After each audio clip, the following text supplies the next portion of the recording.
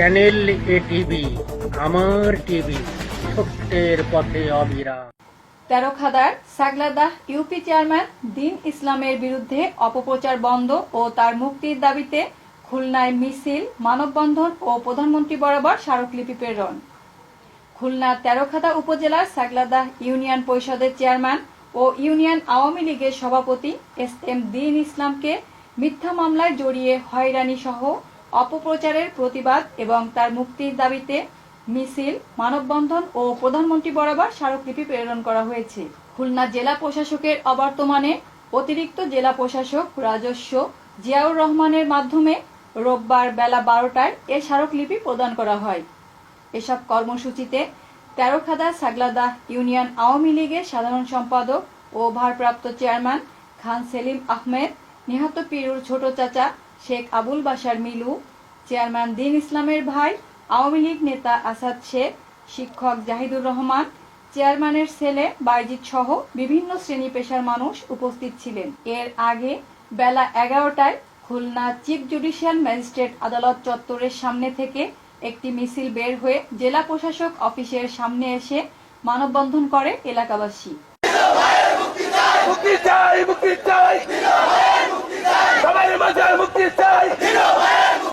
মানববন্ধন ও স্মারকলিপি প্রেরণের পর তারা মিছিল সহ খুলনা প্রেস ক্লাবের সামনে সমবেত হয়। স্মারকলিপিতে বলা হয়, সাগলাদাহ ইউনিয়ন পরিষদের বারবার নির্বাচিত জনপ্রিয় চেয়ারম্যান ও ইউনিয়ন আওয়ামী লীগের সভাপতি এস.এম. দ্বীন ইসলামকে উপজেলার পহরডাঙ্গা গ্রামের পীরু শেখ ও তার ছেলে নাইম হত্যা মামলায় ষড়যন্ত্রমূলকভাবে জড়িয়ে হয়রানি করা হচ্ছে।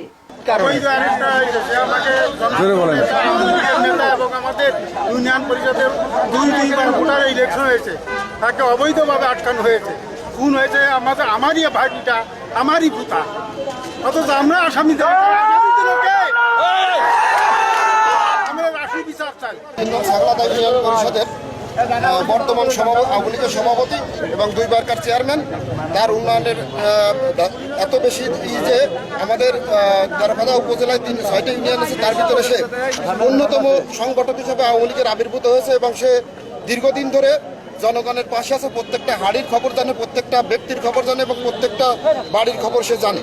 যে কারণে বিভিন্ন লোকের সন্নিহিত হয়ে তার এই জনগণের স্বতঃস্ফূর্ত ধারাকে মানে হেয় প্রতিপন্ন করবার জন্য বিভিন্ন ধরনের ষড়যন্ত্র রয়েছে। আমি মনে করি এই কেস তারই একটা ষড়যন্ত্র বলে আমার ধারণা।